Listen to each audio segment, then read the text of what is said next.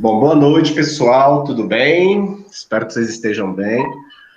Bom, nós estamos aqui finalizando a nossa última aula, e essa última aula, como prometido para vocês, nós iremos tratar sobre o Sistema Permanente de Avaliação do Distrito Federal. E a nossa convidada, como eu tinha prometido desde lá do início do ciclo, é a professora Michele, que é diretora de avaliação da Secretaria de Estado do Distrito Federal, uma amiga muito querida que nós tivemos, eu tive a oportunidade, o universo me abençoou de conhecê-la. Começou comigo, conheci ela na Secretaria de Educação, quando eu estava no lugar dela, né, Michele, como diretor de avaliação, e ela foi minha substituta.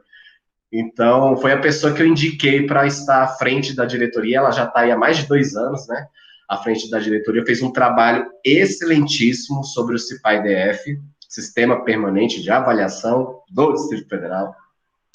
E ela vai trazer aqui para a gente o que é o CIPA-IDF. Como eu tenho dito para vocês, a Michele ela é formada em pedagogia, acho que ela já tem quase 50 anos de Secretaria de Educação, mas vou deixar ela apresentar. Só tem a cara de novinha, não se enganem. E ela vai contar um pouquinho como é que foi essa construção do sistema permanente, de onde veio essa ideia do sistema permanente, por que o Distrito Federal resolveu, né? Um belo dia nós acordamos e decidimos criar um sistema de avaliação, né? Porque já existe o sistema nacional, né, de avaliação, o SAEB, que nós conhecemos, com os indicadores, o IDEB, que ela vai tratar um pouquinho disso, sobre isso. Boa noite, Ana. E aí, a Michele, ela vem trazer para a gente como foi esse processo de criação do Sistema Permanente de Avaliação do Distrito Federal. E aí, eu digo também que o CIPA-IDF, e a gente diz com muita certeza que isso já caiu em algumas questões, quem vai prestar concurso público para a Secretaria de Educação, isso é uma pauta que vai cair, assim, bem latente, principalmente vocês sabem que nesse momento de pandemia tem se falado muito de avaliação, tem se falado de avaliação diagnóstica. Lembra que a gente viu lá na unidade 1, avaliação diagnóstica, avaliação formativa, avaliação comparativa, avaliação somativa. Então, ela vem trazer justamente um pouco desse ideal, desses conceitos, o que é, o que não é, o que engloba o sistema permanente. E eu espero que vocês aproveitem e suguem informações dela. Então, eu passo a palavra agora para a Michele, para ela se apresentar. E se vocês tiverem dúvida, eu peço só que vocês levantem a mãozinha aí de vocês, tá? E a Michele, você disse se quer ser interrompida no meio, se quer deixar para o final, e aí você coloque aí. A sala é sua, seja bem-vinda, vamos que vamos. Olá, boa noite a todos. Obrigada, Cláudio. Meu amigo, né? Como o Cláudio já apresentou aí, já trabalhamos juntos, meu chefe, e tivemos o prazer aí de começar a construção desse sistema juntos. Boa noite a todos. Meu nome é Michele Camargo. Hoje eu estou à frente da diretoria de avaliação, né, da SUPLAV, Subsecretaria de Planejamento, Acompanhamento e Avaliação. Sou pedagoga, especialista em alfabetização e gestão escolar. Estou na secretaria aí há 12 anos, já passei por alguns lugares, né, por algumas instâncias, já fui gerente de anos iniciais, então já fiz parte aí da formação dos nossos formadores das regionais de ensino, né, dos nossos alfabetizadores pedagogos.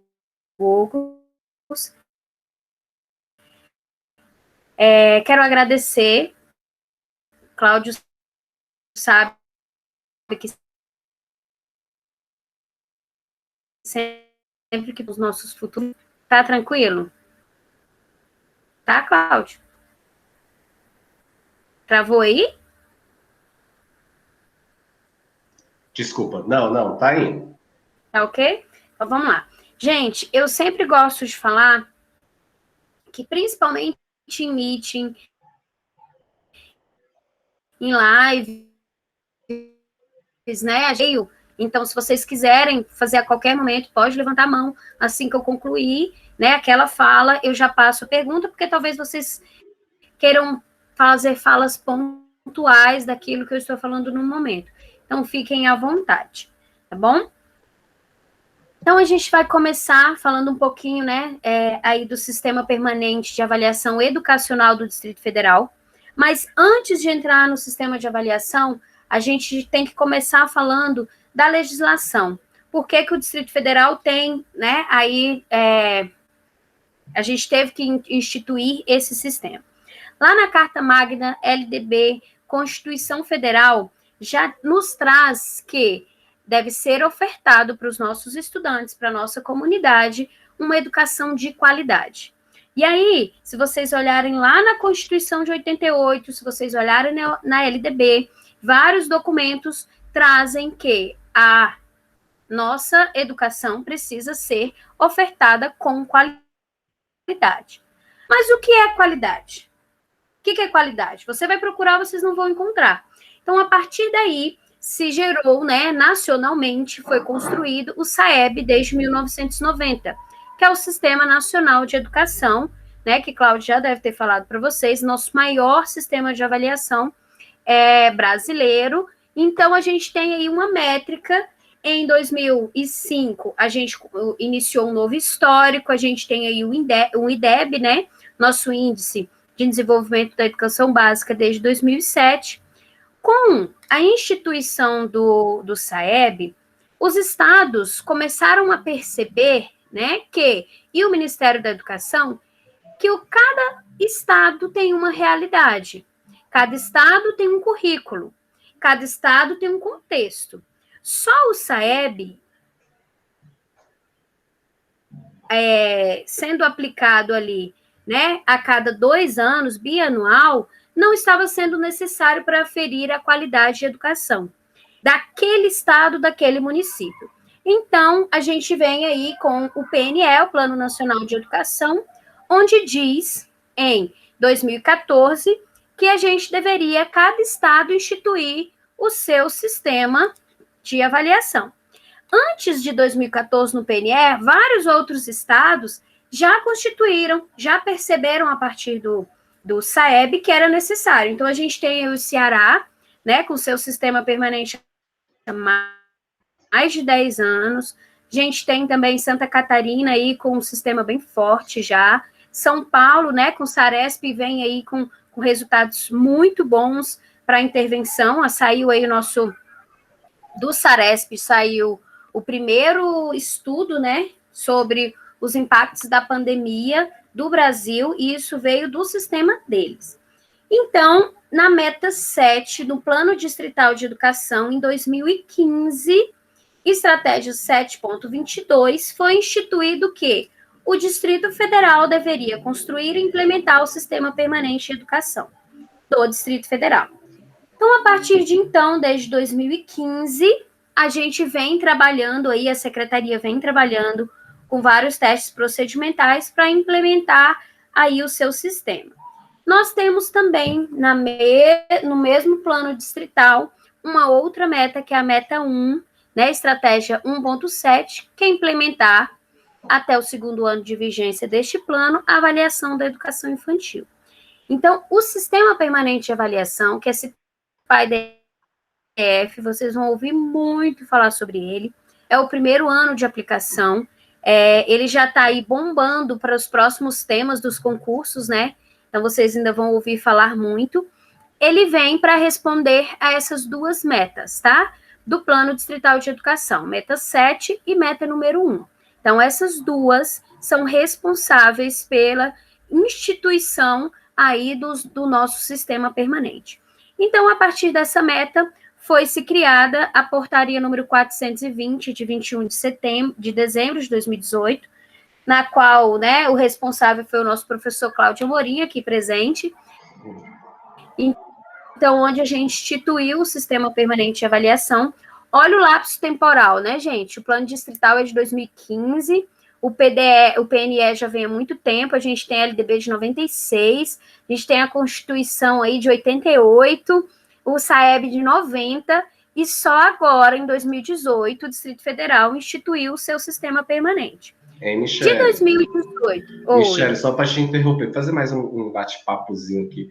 É o que eu sempre falo para eles, para os meninos da pedagogia, que na história da educação Se a gente pega a história da educação brasileira, a gente dá 15 passos para frente e 25 para trás, né? Nessa alternância. E eu sempre falo para eles o seguinte, e uma coisa que nós sempre tivemos preocupação e discutimos muito, a questão da política de Estado e não política de governo, né? Que a gente sempre passou por isso. Isso eu não falo só da Secretaria de Educação do Distrito Federal, mas eu falo de qualquer, seja secretaria municipal, de outro estado. O que a gente percebe dentro da educação é que o governo vem e quer deixar a marquinha dele, o carimbo. Então, assim, não dá continuidade, né, nos processos que aqui devem ser feitos, que são sucesso, que já estavam previstos. Se a gente pegar a Escola Nova lá de 1932, quando a gente fala, por exemplo, de financiamento da educação, que vem alguém, por exemplo, no governo X, Fernando Henrique Cardoso, que vem com FIES, das coisas, olha uma política nova. Quem tem o mínimo de conhecer a história da educação sabe, né? Então é só para... E é isso, né? Essa questão de política de Estado e política de governo. E é isso exatamente, Cláudio, que a gente vem, né, trazendo nessas portarias e tentando deixar claro essa instituição desse sistema, que é um sistema e uma política de Estado, não de governo, que infelizmente essa troca, né, balanceia muito a política, mas o nosso sistema permanente, ele vem aí com a portaria 420, exatamente para instituir isso como uma política de Estado. Nós tivemos, antes de 2018, o histórico da avaliação do Distrito Federal, empresas contratadas, porque eles estavam levando o sistema com uma política de Estado. Então, cada governador que chegava, instituía, contratava uma política que não é o viés do CIPAI. O CIPAI, ele vai ter, como vocês vão conhecer, né, aí à frente, ele está bem sólido, bem conciso. Então, cada governo que passar, ele precisa cumprir as metas que estão estabelecidas. Então, ele foi instituído pela portaria 420, pode clicar, tá, Cláudio? Em 2020, né, pela portaria número 38, então anotem aí a portaria que ela veio instituir e regulamentar. Então, ela tira aí a 420, né, ela anula a 420, porque ela traz uma perspectiva mais concisa do que é a política. De 2018 até 2020, nós estávamos fazendo os testes procedimentais. Vocês já devem ter estudado que numa avaliação em larga escala, a gente tem vários aspectos diferentes de uma avaliação das aprendizagens, né? A análise estatística é muito presente dentro dessa avaliação, quando a gente se trata de uma avaliação em larga escala, de uma avaliação estadual ou nacional. Então, nesses 2 anos foi onde a prova chamava prova diagnóstica, vocês devem, né, quando vocês forem estudar, vocês vão ver. E aí se criou a portaria número 38 com as características já pós esses testes. Então, o que depois desses testes, a secretaria viu que vai dar certo, como que a gente vai trabalhar, o que a gente precisa enquanto sistema. E o CIPAI-DF, ele tem por finalidade, pode voltar, contribuir com a garantia da qualidade da educação do Distrito Federal, redirecionar políticas públicas educacionais e promover subsídios para intervenção pedagógica. O CIPAI, diferente de outros estados, ele tem 2 objetivos, né, que coadunam aí, mas diferentes dos estados que já tem como ele vai aferir tanto para a qualidade, para o indicador, como para o estado, mas também com o trabalho pedagógico. Então, mesmo aqueles anos que não serão avaliados a fins de um indicador, eles serão avaliados a fim de diagnóstico professor.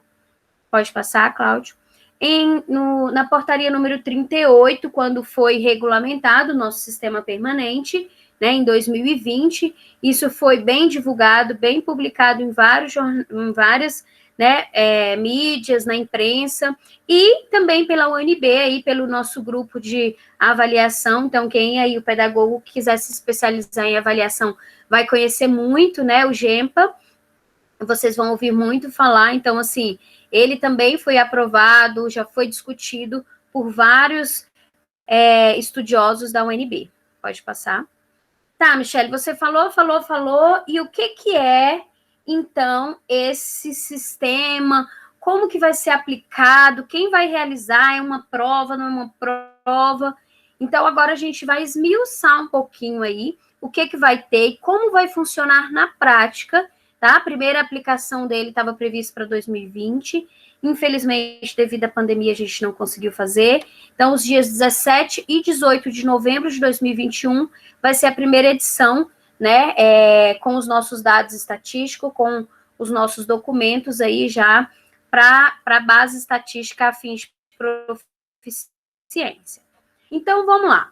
Primeiro, no CIPA-IDF, nós vamos ter uma avaliação de contexto. Vai ser o primeiro estado, tá? Isso é muito interessante de vocês saberem. Vai ser o primeiro estado que vai ter no seu sistema de avaliação esse indicador, que é uma avaliação do contexto escolar.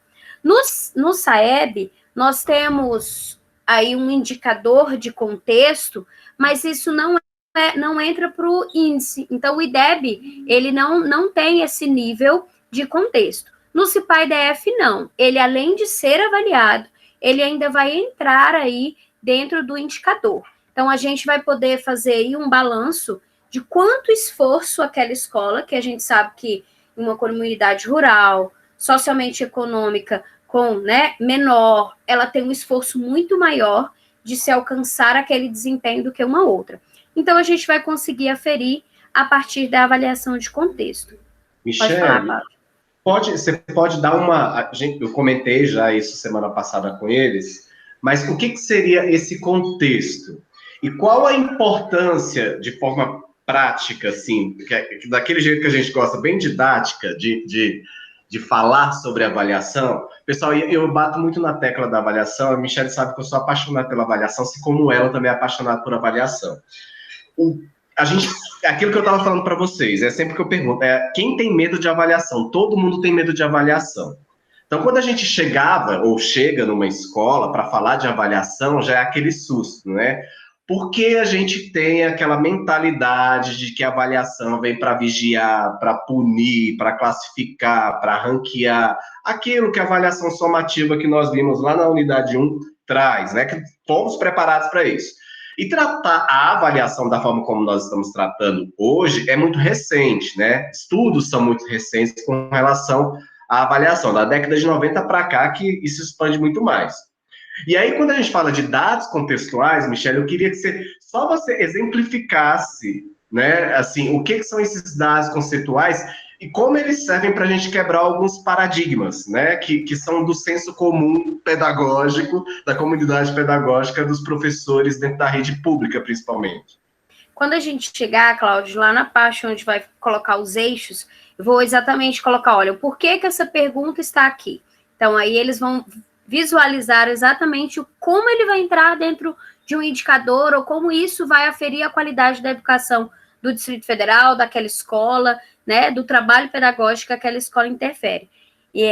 Então, a avaliação de contexto, gente, ela é importantíssima.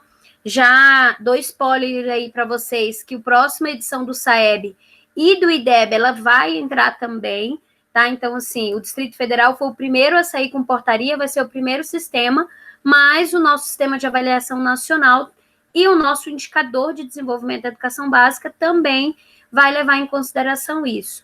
Por quê? Porque o contexto é extremamente importante. Muitas, como o Cláudio colocou, muitas falas que a gente ouve dentro da escola, que a gente ouve da comunidade, não são comprovadas quando a gente faz uma análise do contexto. Então, vocês vão perceber aí, dentro dos eixos, que algumas perguntas mostram exatamente o contrário do que o senso comum traz para a gente. O objetivo da avaliação de contexto é ver exatamente quais as variáveis ou quais os pontos daquele contexto interferem diretamente na aprendizagem. Então, exemplo, ter uma sala de computador, com computadores muito bons funcionando, uma sala de informática excelente dentro da escola. Ter um laboratório de ciências, essa estrutura física de ter o laboratório influencia na aprendizagem do estudante? Com a avaliação de contexto, eu vou ver se essas estruturas físicas interferem ou não na aprendizagem. O meu estudante está tendo um desempenho melhor naquelas escolas que eu tenho estrutura ou não? Então, daí a gente vai avaliar várias variáveis. Michele, da onde vocês tiraram essas variáveis, essas perguntas e esses eixos? Todas elas foram feitas nos nossos testes procedimentais e foram feitas análises estatísticas junto com o NB, tá? Para a gente ver e identificar quais pontos a gente tem de maior interferência na aprendizagem. Quando a gente fala de CIPA-IDF, sempre que vocês ouvirem a gente falar, toda essa avaliação é feita com foco nas aprendizagens. Então, o objetivo dela de se avaliar de forma formativa, como o Cláudio colocou, que é uma perspectiva nova, né? É com o objetivo da aprendizagem do estudante. Então, o objetivo da avaliação de contexto é isso: ver quais as variáveis, o que é que dentro daquele contexto escolar, dentro da realidade daquela comunidade, interfere diretamente na aprendizagem dos estudantes. Pode passar? E aí, Michele, como vai ser feito? Quem vai responder? Qual tipo de pergunta? Como vai ser respondido isso? Dentro da avaliação de contexto, nós temos 3 agentes que irão responder esses questionários. O professor, que vai responder um questionário, onde ele responde sobre infraestrutura, identificação da escola, relação professor-aluno, que a gente sabe que isso interfere, relação gestor-professor, professor-professor, aprendizagem de estudante. O gestor vai responder também, para além de todos esses pontos que o professor responde, que ele responde também, ele vai responder sobre questões de financeiras, o administrativo, se isso atrapalha, né? Que a gente ouve muito falar, e Cláudia aí, não sei se vocês já estão em escola, que o gestor ele é muito ocupado com o administrativo e não tem tempo pedagógico. Por isso que a escola não tem um desempenho melhor. Então, a gente vai aferir isso. Essa é uma variável que vai ser avaliada aí nesse contexto. E o estudante, né? Porque a gente faz várias avaliações e o estudante, na maioria das vezes, não é ouvido. Então, dentro dos eixos do estudante, a gente vai fazer perguntas desse trabalho, né, desse eixo professor-aluno, como que ele vê esse trabalho do gestor, como que se dá a estrutura física. Nós vamos ter perguntas de relacionamento, professor-aluno, vamos ter perguntas de violência, como é a mediação de conflitos dentro daquela escola, e um dos nossos eixos, assim, que também são novos para os outros sistemas, é o socioeconômico, né, que somente o estudante responde. Michele, o socioeconômico foi muito discutido no contexto, coloca ou não coloca? Por quê? Enquanto política pública, eu não tenho como interferir no socioeconômico, a Secretaria de Educação não tem como interferir no socioeconômico daquele estudante. Eu não tenho como fazer uma política, enquanto Secretaria de Educação, para que o pai ganhe mais. Porém, a gente tem como identificar como aquela escola, qual público que aquela escola tem e qual o esforço em que ela vai ter que alcançar, para alcançar aquele desempenho. O que é esse esforço, pessoal? Por exemplo, a gente tem uma escola no plano piloto, né, com 20 alunos por sala, e a gente tem uma escola em Planaltina, rural, com 40 alunos por sala em alfabetização. E o socioeconômico daqueles estudantes de Planaltina é muito menor. Então, eles chegam com a realidade de má alimentação, né? Muitos deles cuidam dos irmãos, para o pai poder trabalhar, tem todo um histórico, um contexto diferente. Quer dizer, Michele, que esse histórico dele ele não vai poder aprender, ou ele vai aprender mais ou menos? Essa escola que aprende menos? Não. É o primeiro senso comum que a gente já derruba no contexto, tá? O socioeconômico não quer dizer que aquela escola vai ter um desempenho melhor ou maior. Quer dizer o quê? Que aquele estudante e aquele professor vai ter um esforço maior para chegar naquele desempenho, mas ele tem total condições como os outros. Tanto que se vocês forem avaliar o último SAEB, nós temos aí 4 escolas rurais, né? Dentre elas, falo muito do Café Sem Troco, uma das escolas mais longes que a gente tem, com a realidade mais difícil, e foi um dos maiores crescimentos do IDEB, que foi 1,6. Então, é aí nesses estudos que a gente quebra alguns paradigmas. Um outro é sala de informática e laboratórios de ciências. Escolas que têm essa estrutura têm o maior desempenho? Não, a gente já comprovou que não. A partir do contexto foi comprovado de análises estatísticas que não. Qual é a diferença, Michele? Você está querendo dizer que não precisa ter essa estrutura? Não é isso. Não resolve ter a estrutura e aquele profissional que está ali não saber usar, não ter a capacitação para utilizar. Então, esses dois pontos, ter a estrutura e formação do profissional, o professor saber utilizar essa estrutura, são duas variáveis que interferem na aprendizagem. Se tiver só o laboratório de informática, ele, por si só, não vai interferir na aprendizagem. Então, é esse tipo de análise que a gente avalia nas variáveis, que a gente analisa no contexto. Michele, inclusive a Ana Lúcia colocou aí que na escola da filha dela, lá no Núcleo Bandeirante, não tem laboratório de informática nem biblioteca, isso prejudica o aprendizado dos alunos. É justamente isso, Ana, que ela está trazendo aqui. Que não necessariamente a ausência desses espaços é óbvio que o professor vai ter mais esforço. Mas ao passo que existem outras escolas que têm toda uma infraestrutura, mas tem outros problemas contextuais, como, por exemplo, rotatividade de professores, uma gestão complicadíssima, né? Como é que se eu falo? Um trabalho em equipe coletivo, que é muito ali, né? Muito, como é que impactante. Relação pessoal. Relação pessoal, exatamente. Então, tem outras variáveis. Michele, é importantíssimo isso, né? Porque quando você falou dos dados socioeconômicos, parecia que a gente estava prevendo que iria acontecer lá em 2016, quando a gente começou, 17, 18, a pandemia. A importância desses dados para a gente, para Brasília, né? Considerando o sistema, o CIPAE aqui, o Sistema de Avaliação aqui do Distrito Federal, a importância, gente, que vamos ter para a gente parar do achismo, porque, por exemplo, a gente escuta muito da mídia dizendo, olha, os alunos não têm acesso à internet, os alunos não têm acesso a isso, os alunos não têm... Mas a gente fica muito no achismo, né? A gente tem utilizado, óbvio que existe, não estou dizendo que não existe, mas a gente fica muito, por exemplo, pautado em dados, por exemplo, da PEDAD, que é muito antigo, que não é tão atualizado, que é de 2 anos passados, que hoje a realidade já é outra. A gente pega dados, por exemplo, do censo, que era para ter ocorrido ano passado, que não ocorreu, e parece que esse ano não vai ocorrer, que ano que vem também não vai ocorrer. Então, né, a gente não tem como dizer que se as pessoas tiveram acesso à educação, têm acesso à internet ou não, né, porque, enfim, a avaliação trabalha com dados estatísticos e não com achismo. Então, nesse momento de pandemia, a gente ter esses dados para dizer, olha, a educação em Brasília, em 2019, estava assim. Em 2021, ela está assado com a educação remota.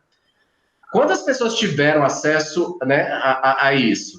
E aí a gente vê também, com os dados contextuais, como eu estava até conversando com a Michele, eu acho que a Ana até pegou um pouquinho dessa conversa, dessa questão do esforço da escola, né, no sentido de que, eu dizendo para ela aqui, a gente trocando umas figurinhas, né, que os meus meninos estudam numa escola do plano piloto e tem aula no Meet todo dia, eu tô para ficar doida aqui, porque é trabalho, não sei o quê. Ao passo que tem outras escolas que ela tem mais acesso do que eu, que ela tem a realidade do todo, e de que alunos não tiveram, a escola não teve esforço para fazer o Meet acontecer, né? Por N motivos, porque os profissionais disseram que não iam usar a internet, que é também compreensível, porque os profissionais se negaram a fazer isso, ou porque não tinham capacitação para isso, também é compreensível. Escolas que têm todas as condições, que estão em grandes centros urbanos, né? Na grande metrópole, não são escolas rurais. Então, assim, né? Para a gente não saber se realmente era um problema socioeconômico da criança, do estudante, do jovem, do adulto, né, porque a gente tem que falar de todas as etapas e modalidades, ou se foi uma ausência de esforço da escola no sentido de querer fazer o processo pedagógico. E aí, como você falou, Cláudio, nunca foi tão importante analisar e caracterizar o contexto escolar. né? Então, a gente vai vir aí, 2022, munidos de informação, porque a gente já é sabido pelas últimas análises e pesquisas que a gente vai ter mais de 10 anos para recuperar aí, né, e intervir e recuperar, assim, tudo que foi perdido em questões de aprendizagem desses estudantes nesses 2 anos de pandemia. Então, para intervir, né, o objetivo da avaliação é exatamente esse, intervir naquilo que não foi resolvido, alcançado, desenvolvido, né, dentro da avaliação educacional. Então, nada mais importante nesse momento do que o contexto escolar. Vai vir aí, aí vai quebrar muito, Cláudio, senso comum, que eu estou só esperando. Então, a gente vem aí, nós temos, então, a avaliação de contexto, que vai ser um dos níveis do CIPAI, e a avaliação de desempenho. Pode passar, Cláudio. A avaliação de desempenho, pessoal, é a que a gente diz, e se a gente estivesse dentro da escola, a avaliação da aprendizagem do estudante. O desempenho a gente afere em uma avaliação em larga escala. A aprendizagem, só quem afere, quem verifica, quem analisa, quem avalia, é o professor que está ali cotidianamente com o estudante. Então, nenhum estado, nenhuma avaliação em larga escala avalia a aprendizagem. A gente avalia o desempenho, tá? Isso cai muito em concurso, então, eu já tenho esse PEC, toda vez que eu vou falar com universitários, a gente sempre fala. E isso cai muito em concurso, essa diferença, né? A gente analisa o desempenho. Por quê, Michele? Porque a aprendizagem, gente, ela é muito ampla. Ela tem vários aspectos, ela tem vários objetivos de aprendizagem. Então, assim, o estudante, ele ter desenvolvido a oralidade, só o professor vai conseguir observar o crescimento mínimo que seja, que é a aprendizagem. O desempenho, ele é um recorte daquela aprendizagem, um recorte das habilidades. Por isso, ele é chamado de desempenho. A gente não consegue aferir a aprendizagem com um instrumento, com uma prova. Por isso que vocês, pedagogos, acredito muito nisso, estão sendo formados para avaliar o seu estudante no geral, o seu estudante no seu dia a dia, o contexto, a fala, o jeito, o estudante como um todo, como um ser, né? E não somente o reflexo dele em uma avaliação. Mas, quando a gente fala de avaliação em larga escala... Né, Michele? Exatamente. O processo do dia que ele chega na escola, do primeiro dia de aula, naqueles 800 horas ali, como é que se deu, né? Então, isso é aprendizagem.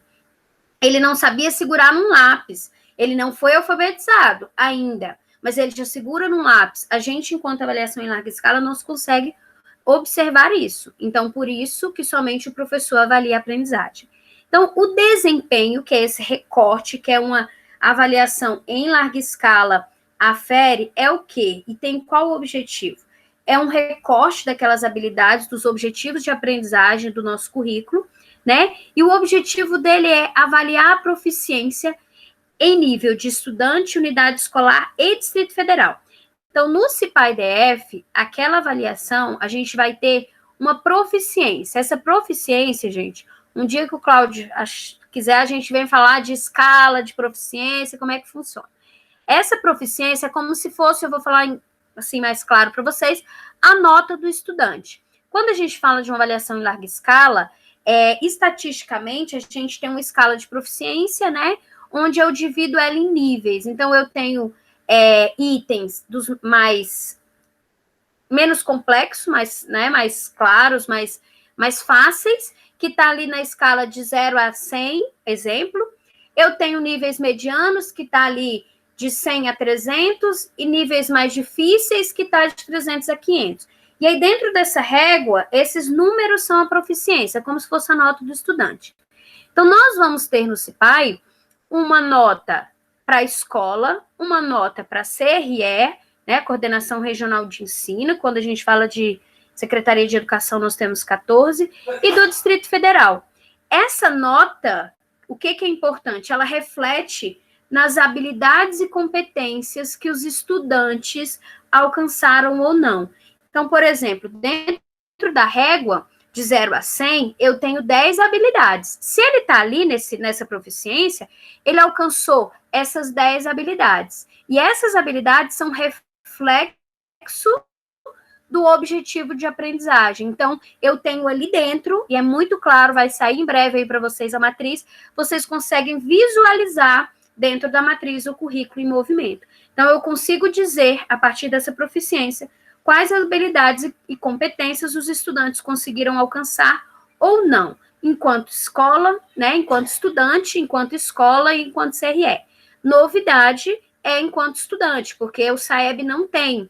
Então, nós vamos dizer, quem foi que falou da filha dela?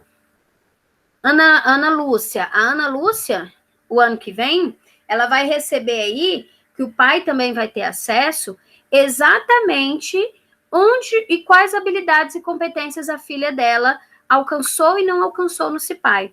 A professora da Ana Lúcia vai receber, o Estado vai receber da turma da Ana Lúcia, a escola vai receber o resultado da escola e o Distrito Federal o resultado dele. E a partir disso, a gente vai dizer, olha, o Distrito Federal, não, os nossos estudantes estão alcançando essas habilidades, não estão alcançando essas, e o que a gente vai fazer?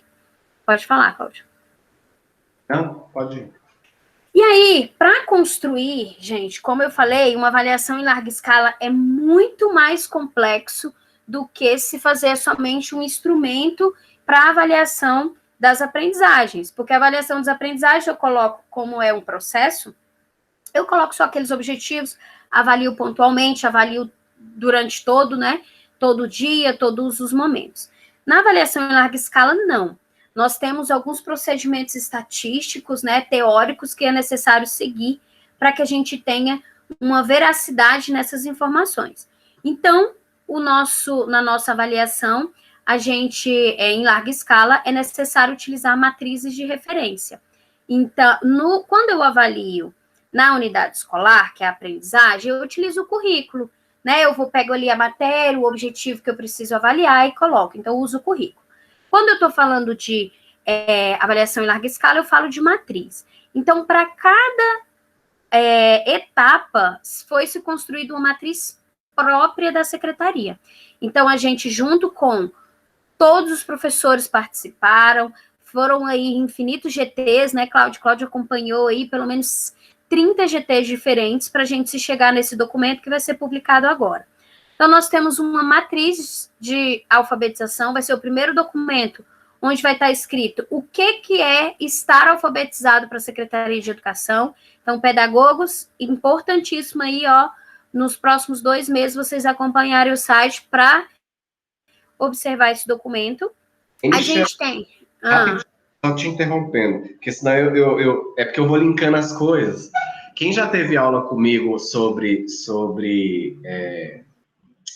currículo, lembra? Eu sempre falo, porque aí a gente fala assim, é só para vocês entenderem a lógica do negócio.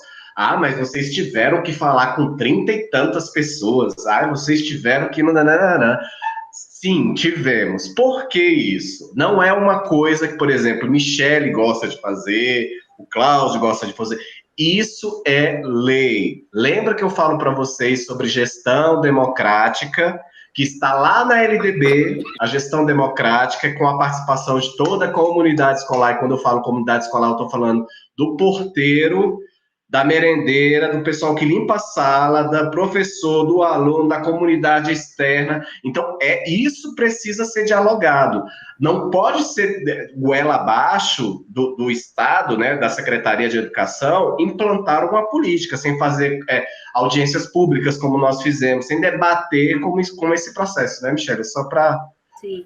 Gente, dentro da educação, vocês estão entrando agora, não acontece, tá? Se for goela abaixo, não acontece. Isso tem que ser construído, porque o professor precisa entender o que vai ser avaliado.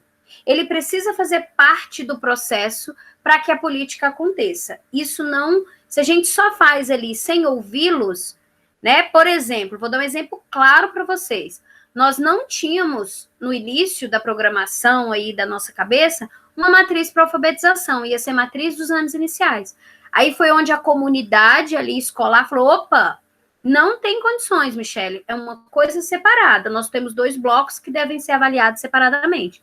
E aí a gente voltou atrás, como o Cláudio falou, a gente dá 2 passos para frente, 5 para trás, voltamos atrás, fizemos um novo GT, então nós vamos ter uma matriz para alfabetização, que vai ser uma avaliação para o segundo ano, onde vai ter as habilidades e competências que serão avaliadas, matriz dos anos iniciais, onde nós iremos avaliar no terceiro, quarto e quinto ano, então todos os anos iniciais aí vão ser avaliados, com exceção do primeiro ano, né, do primeiro ano do ensino fundamental, porque os estudantes ainda não têm condições de realizar uma avaliação em larga escala. Uma matriz de anos finais, sexto, sétimo, oitavo e nono ano, e uma matriz de ensino médio com a primeira, segunda e terceira série. Cada um desses anos, gente, tem uma matriz e tem as habilidades que serão avaliadas, tá? Tudo isso com o reflexo do currículo em movimento. Então, até os anos finais, a gente usou as habilidades que estão presentes, né, nos objetivos do currículo.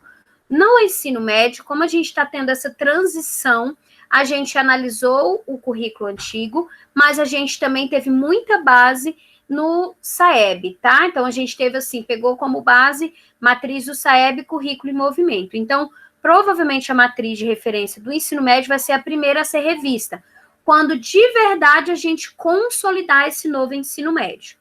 Então, nós teremos aí 11 provas diferentes por ano.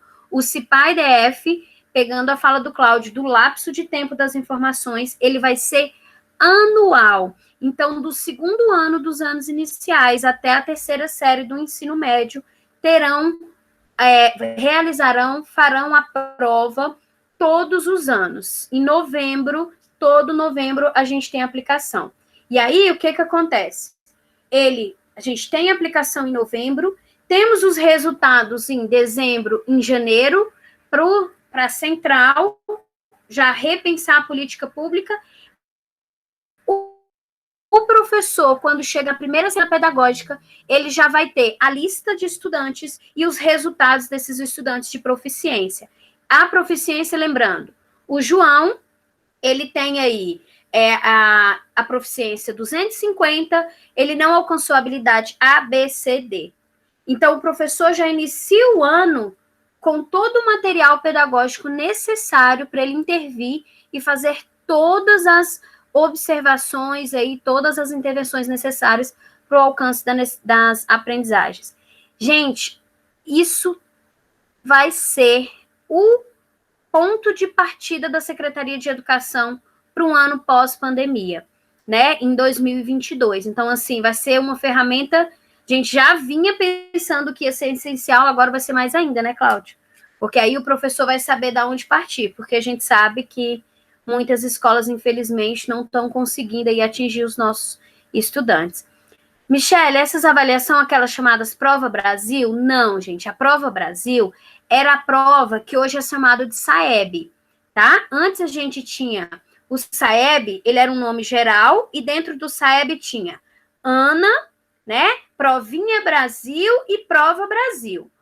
Eles, a partir do ano passado, eles juntaram tudo isso, tá? A partir de 2019, o nome ficou SAEB para todas as aplicações. A gente não tem ANA mais, não existe essa aplicação no terceiro ano, tá? Não temos mais Provinha Brasil, só temos a aplicação nos anos que eram chamados de Prova Brasil. Então, ele só tem a nomenclatura, caiu, não tem mais essa Prova Brasil, ela é chamada de SAEB, as aplicações no quinto, nono e terceiro ano da terceira série, até o ano de 2021. A partir do próximo ciclo, a partir de 2023, nós teremos outra perspectiva para o SAEB, que também não vai existir mais nomenclaturas para cada ano de aplicação, vai ser só SAEB, mas nós vamos ter vários outros anos de aplicação, que aí é um outro momento para a gente estudar só a avaliação nacional, tá? Então, o nome desse instrumento nosso, pode passar, Cláudio, que você vai colocar, que eu vou falar agora, é o instrumento do... Pode falar.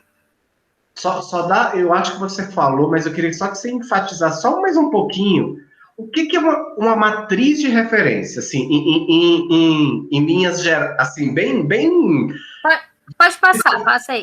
Como se você estivesse ensinando para sua filha. Passa aí, que eu acho que o próximo eles vão conseguir visualizar melhor. Olha só, vamos lá. Aplicação do CIPAI. Dentro dessas duas avaliações, nós temos instrumentos diferentes, tá? A prova DF, viu? Para quem perguntou, o nome desse instrumento é prova DF. E o questionário de contexto.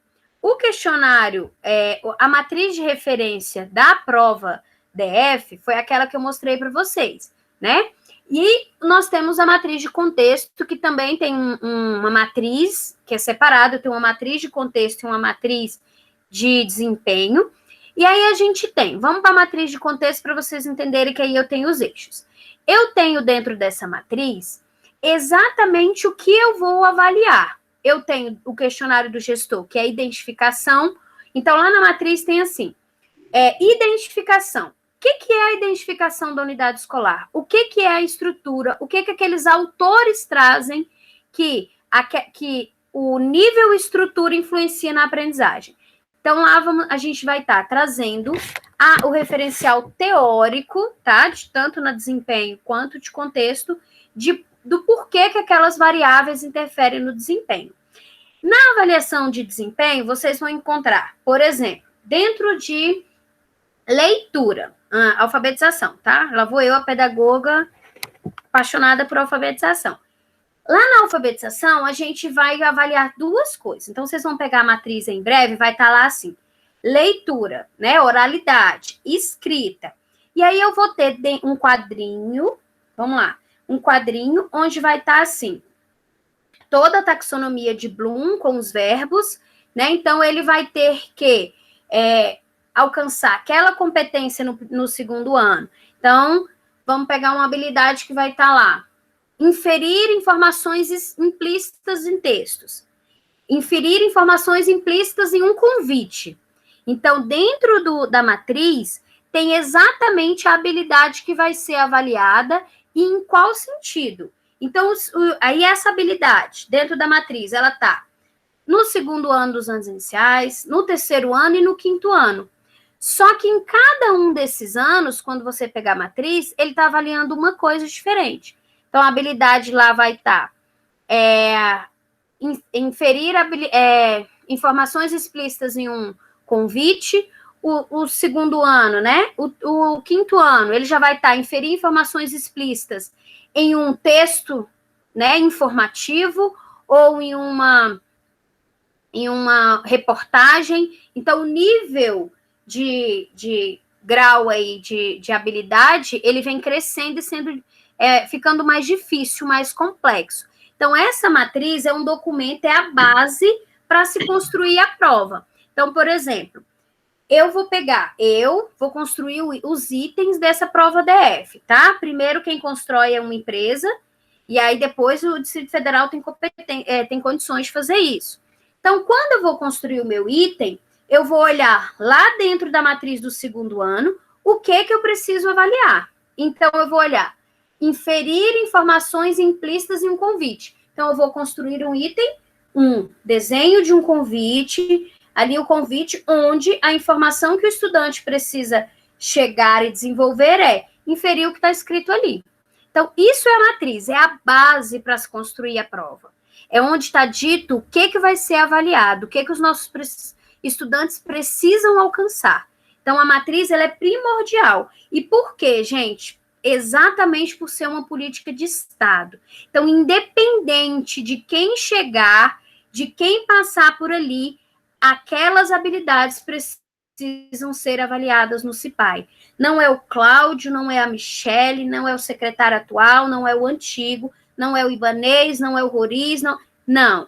É a Secretaria de Educação e a comunidade. Olha a importância da gestão democrática, né? Toda a comunidade, gente, sentou, analisou e se chegou a essa definição do que precisa ser avaliado em cada um desses anos. Tá? Gente... Então, esse é o ápice, assim, o que precisa o estudante minimamente aprender em cada um desses anos /séries.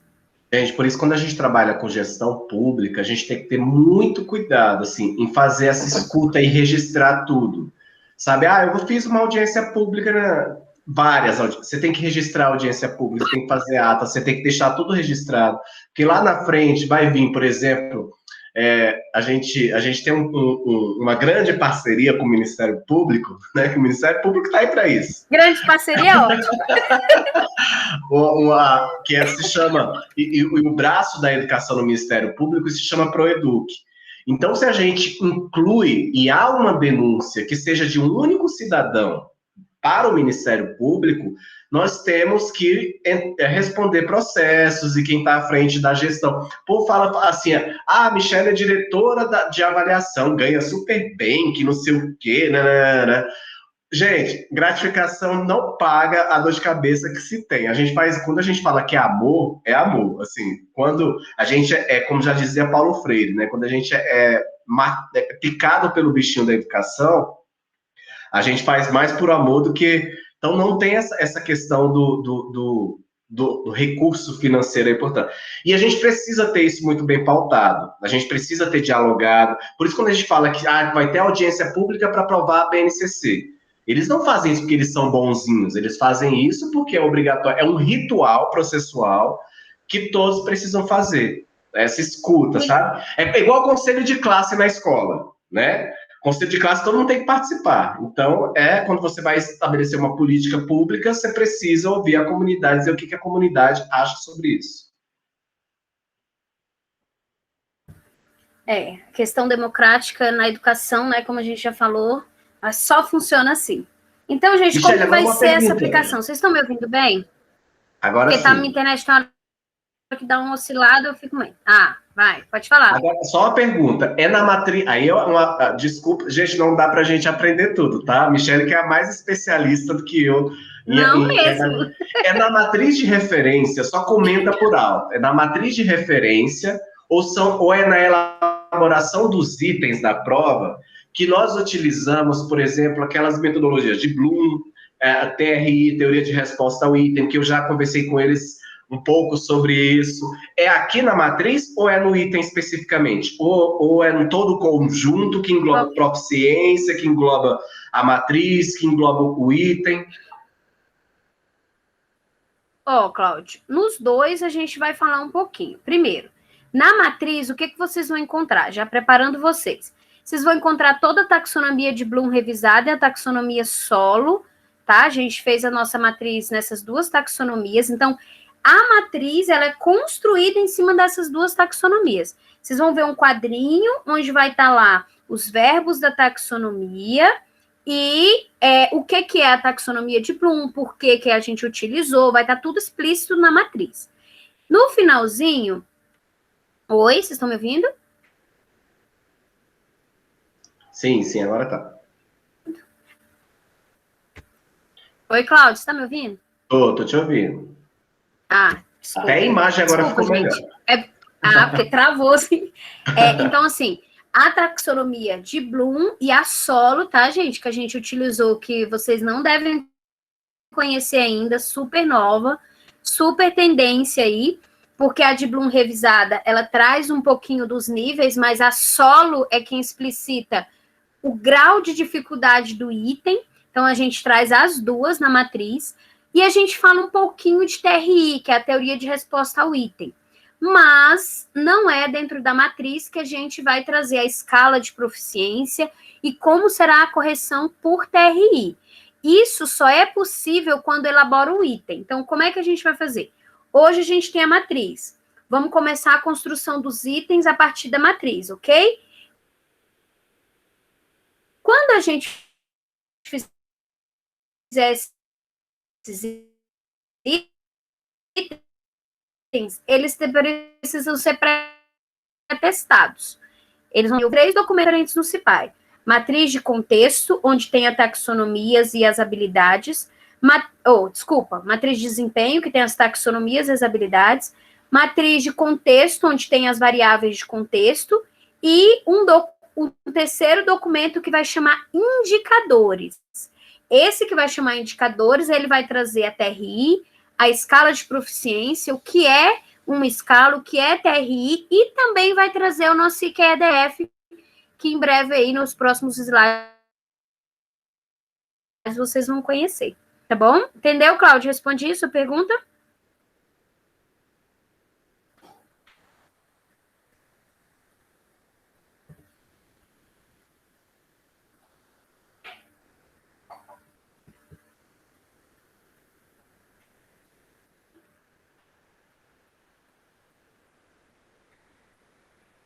Oi, gente, posso continuar, né? Então, vamos lá.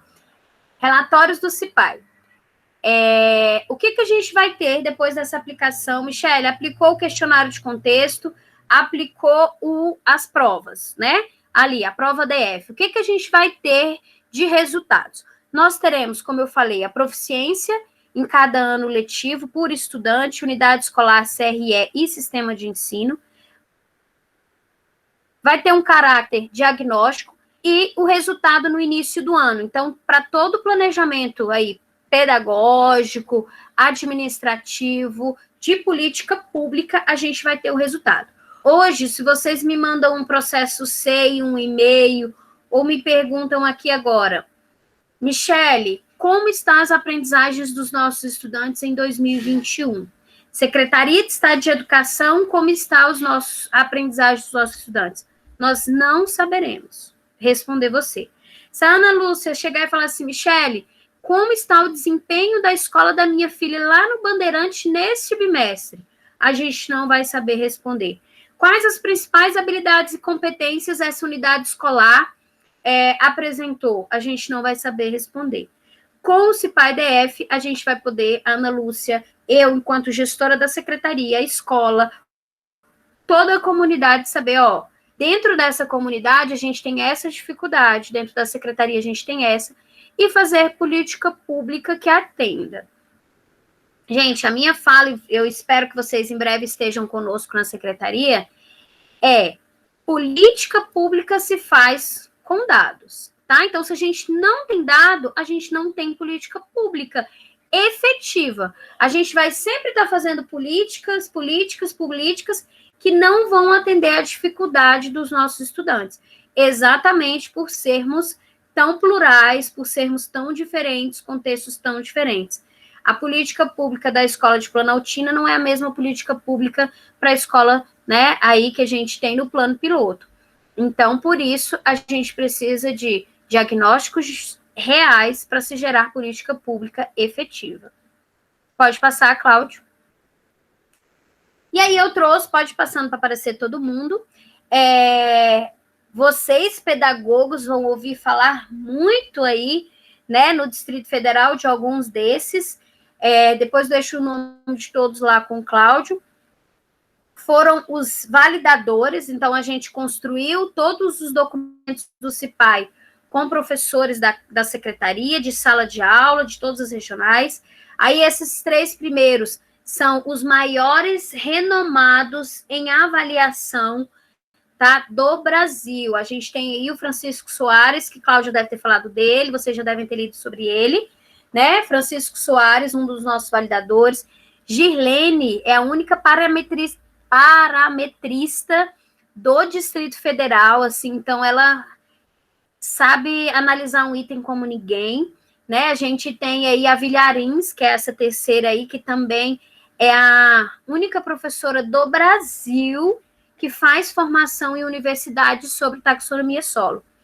Então, a gente tem os 3 maiores renomados aí em áreas diferentes, em avaliação em larga escala. E aí, nos demais, né, nós temos vários outros aí, que são os validadores.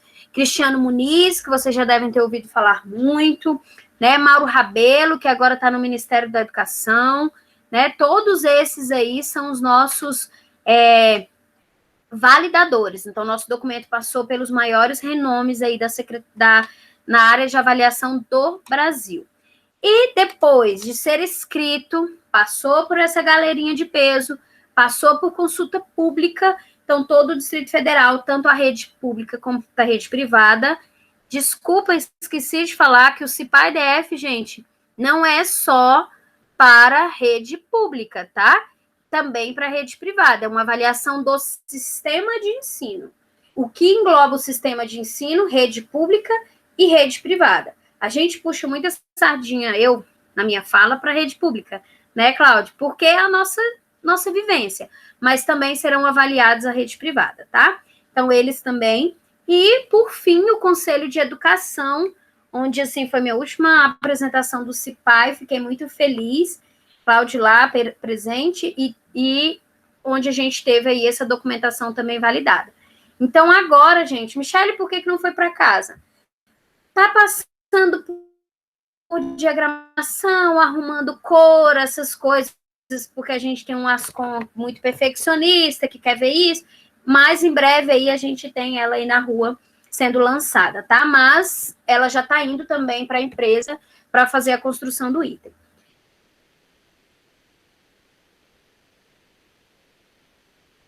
Das habilidades, das competências, qual o objetivo ali, como estão as aprendizagens, que é o desempenho, como está o contexto, e o que a casa vai fazer. Lembra que eu falei lá no início que a gente tem partiu a avaliação no Brasil com o SAEB, depois a gente vem o IDEB? Gente, o IDEB é um indicador. O que é um indicador? Quando a gente faz várias avaliações de desempenho, a gente vê em avaliação em larga escala, historicamente, que só com esses resultados a gente não consegue ter uma medida assertiva de como indicar a política pública. A gente tem esse diagnóstico de habilidade, que ele vai ser muito mais utilizado para fins pedagógicos do que para fins de política, para medir, para gerar metas, tá? Quando a gente fala aqui de avaliação de sistema, não somente aquela diagnóstica para a unidade escolar, que eu falei até então, né? O professor vai pegar ali o instrumento, vai saber o que precisa trabalhar com o estudante? Não. Quando eu falo de indicador, é uma medida que eu vou conseguir gerar metas para gerar aquela política pública efetiva. Então, a gente teve o SAEB, onde só a proficiência não foi suficiente, né, para a gente fazer um diagnóstico da qualidade. E, então, a gente tem o IDEB, que é o indicador que utiliza os instrumentos do SAEB. No CIPA-IDF, nós temos o instrumento prova-DF, questionário de contexto, mas só com esses dois, eu não consigo dizer qual é a qualidade de educação do Distrito Federal. Eu preciso de um indicador. O que esse indicador vai fazer? Ele vai juntar esses eixos, ele vai fazer uma análise estatística, um cálculo matemático desses dois resultados. Eu vou ter o contexto da escola, eu vou ter o desempenho. Tá, ele tem qualidade ou não tem qualidade? A Ana Lúcia vai chegar e vai falar assim, Michele, a escola da minha filha oferece uma educação de qualidade? Eu vou ter o resultado do contexto e o resultado do desempenho. Eu vou responder para ela? Não.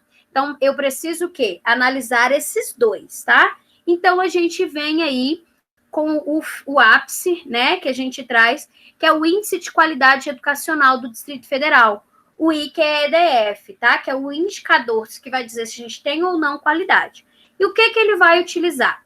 A prova DF vai analisar a avaliação de contexto e, além disso, os indicadores do censo. O que são os indicadores do censo? Aprovação, reprovação, abandono. Por quê, gente? Quando eu fizer um cálculo matemático desses três níveis, dessas três informações, eu vou dizer se aquela escola está ou não oferecendo educação de qualidade. Por que, Michele, esses três eixos? Porque eu tenho, para eu dizer que uma escola, o Distrito Federal, depois de todas as suas análises, chegou ao ápice de dizer o que é qualidade para o Distrito Federal?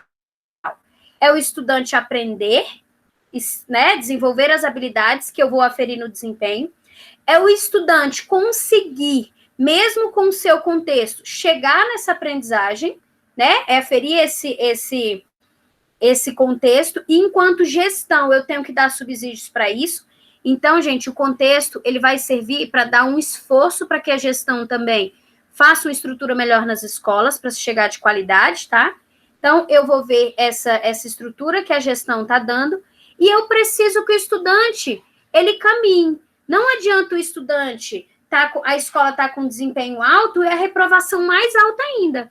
Então, para eu ter uma qualidade na educação, quer dizer que os meus estudantes estão aprendendo e eles estão seguindo o fluxo, né, seguindo o que eles devem seguir sem a reprovação. Eles não podem estar estagnados. Então, hoje, no ensino fundamental, a Secretaria de Educação tem 60 mil estudantes em defasagem de idade de ano. Então, a 60 mil estudantes, nós não estamos oferecendo uma educação de qualidade. E tudo isso só é possível a partir de indicadores. Então, a partir do IQEDF, nós vamos saber aferir se cada escola está tendo qualidade na educação ou não. E aí eu digo para vocês que a partir do IDEB a gente consegue ver isso, tá?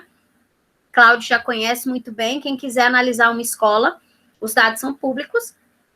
Eu tenho escolas com desempenho altíssimo, quer dizer o quê? Que os estudantes estão aprendendo.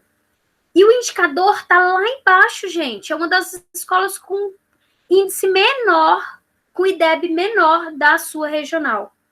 E aí é onde a gente senta com a escola e diz como que o estudante está aprendendo e, ao mesmo tempo, você está reprovando 70%.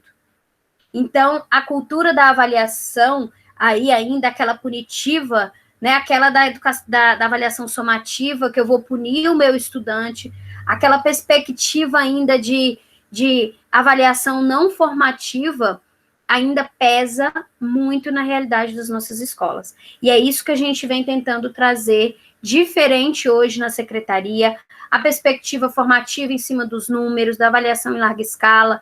Eu vou ter o indicador, mas por trás desse indicador eu tenho o quê? Habilidades e competências. Eu tenho um estudante que precisa não reprovar, para isso ele precisa aprender, né? E eu tenho um contexto, eu tenho um ser humano ali, eu tenho uma comunidade por trás daquele número. Então, essa é a perspectiva que o CIPA-IDF vem trazendo aí para a nossa secretaria. Espero que vocês acompanhem e que a gente tenha aí, né, pelo menos 5 anos, que essa matriz tem vigência, aí para os próximos 5 anos aí de muito trabalho, gente, que não é fácil, né, tem, assim, 2 anos que que eu estou à frente, que o Cláudio, né, me incumbiu dessa, e digo que eu só saio de lá com o nosso dever cumprido, viu, Cláudio? Falei para Amanda essa semana. Depois que tiver a primeira edição, aí a gente pode respirar e sair, mas enquanto não tiver, então eu carrego aí nossa gestão, e se Deus quiser, essa política pública, né, sai uma política de Estado sólida, e como o Cláudio falou, gente, eu espero que vocês sejam assim. A gente não faz por cargo, a gente não faz, né, por nome, é por amor mesmo, aí, futuros pedagogos que vocês são, espero vê-los aí em breve na secretaria, e apaixonados pela educação como nós, né, Cláudio? Amiga, muito obrigado. Obrigado de verdade. Pessoal, ninguém tem nenhuma pergunta para fazer? Pois é, eu já ia falar, são tão caladinhos. Estão muito quietinhos. Ana, você está quietinha hoje. Pode conversar comigo, Ana. Eu falo muito, mas você pode falar. Boa noite a todos. Eu ouvindo vocês falar aí, assim, igual o professor mesmo, toda reunião eu participo, né, professor? Aham. Mesmo. E eu achei assim uma coisa muito interessante. Você falando, né, daquelas partes lá, só vai ter essa avaliação só em matemática e português? Ótima pergunta, Ana, tá vendo? Ana, nesse primeiro momento, a gente só vai ter, eu até pulei, né, a fala lá do quantas questões, a gente só vai ter para português e matemática, tá? Que são aí as variáveis que vêm apresentando a maior, como se diz, maior relevância dentro dos indicadores. O que quer dizer isso? A maior interferência na aprendizagem dos estudantes. Se eu tenho um estudante que aprende as habilidades em língua portuguesa, ele vai ter maior facilidade em história, geografia. As outras não são importantes, não é isso que a gente está falando. Hoje, de estrutura, a secretaria só tem condições de fazer essas 2 matrizes. Quando a gente implementar, a gente já está vindo com a perspectiva, tá, para os próximos anos aí, provavelmente 2023, quando ela já estiver consolidada, a gente vem com a matriz de ciências, tá, onde a gente vai pegar ciências humanas e ciências sociais. Fazendo essas, a gente vai abrindo para as próximas. Só que nesse início a gente precisa consolidar, e essas 2 têm as variáveis com maior relevância, tá? Tá, e outra coisa também, assim, essa provinha que você vai ter essa avaliação vai ser agora no final do ano, né? E isso, por causa, assim, da pandemia, eu sei que vai ter muita defasagem, porque eu falo isso porque se for pegar as matérias do ano passado e esse ano, um pouco desse ano, agora nesse semestre, muita gente não aprendeu, principalmente matemática. Eu falo isso porque Eu tenho 2 filhas, uma está agora no 7º e outra está no 1º ano, né, do ensino médio. E eu que estou ensinando, porque as professoras estão mandando a matéria. Então, assim, eu acho, como você falou, né, se fosse 2018, porque eles vão botar ali o que eles não aprenderam, né? Só mandar a matéria não é aprender. Eu acho que principalmente matemática é uma matéria que o professor tem que estar ali explicando. Português também, mas eu acho que matemática é mais, né? Eu acho assim, é muito bom. Eu acho que, assim, na minha opinião, deveria ter, eu acho, todos os anos, né?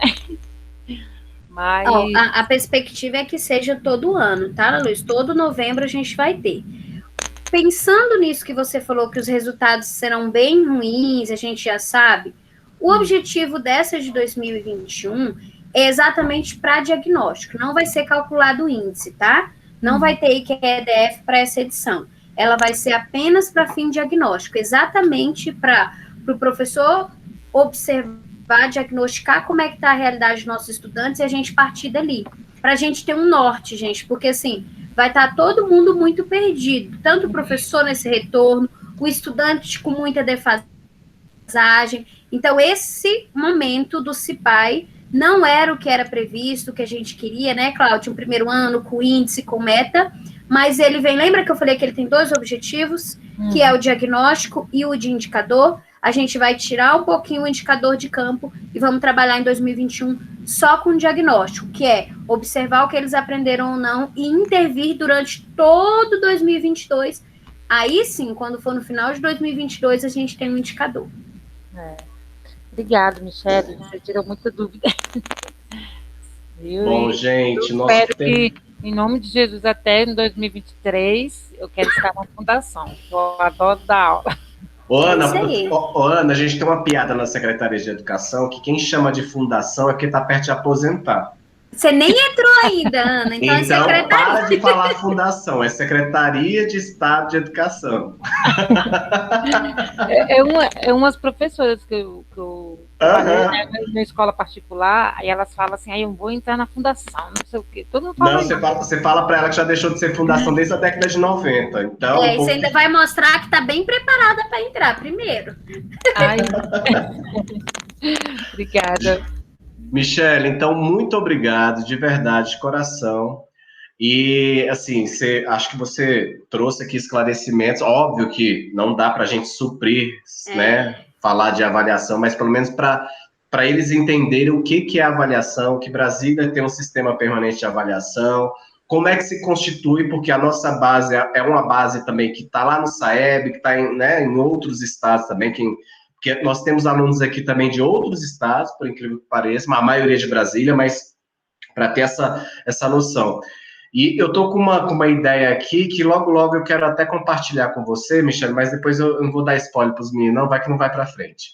Né? Sabendo que tem concurso aí pela frente, então a gente vai... Queria te agradecer, de verdade, muito obrigado pela sua dedicação, por ter se comprometido esse horário, 1h30 aí, 1h50 quase, falando conosco, dedicando aqui. Muito obrigado mesmo, de coração, tá? Eu que agradeço, né, vocês aí, é muito bom falar com professores, com, né, nossos futuros professores. Espero que vocês já entrem na secretaria aí apoiando o CIPAI, participando. E, Cláudio, você sabe que sempre que você quiser, pouco tempo mesmo, né, a gente falando tudo não dá tempo, passa uma coisa ou outra, TRI, às vezes vocês ficaram aí, meu Deus, o que é uma escala? Mas vamos com calma, peguem a essência da avaliação, que esses pormenores aí, os estatísticos, quando a prova chegar aqui, a gente faz.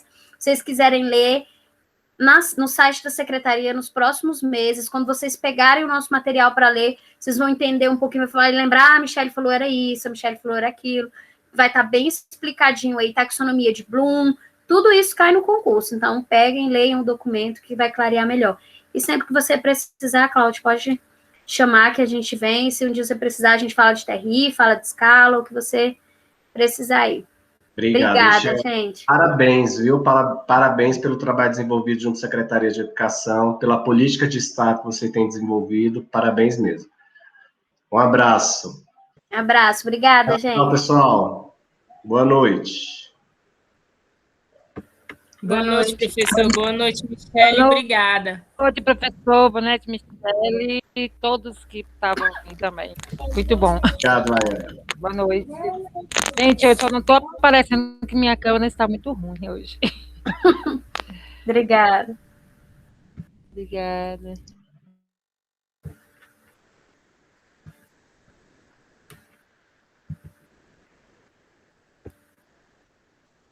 Oi, amigo. Você está travado.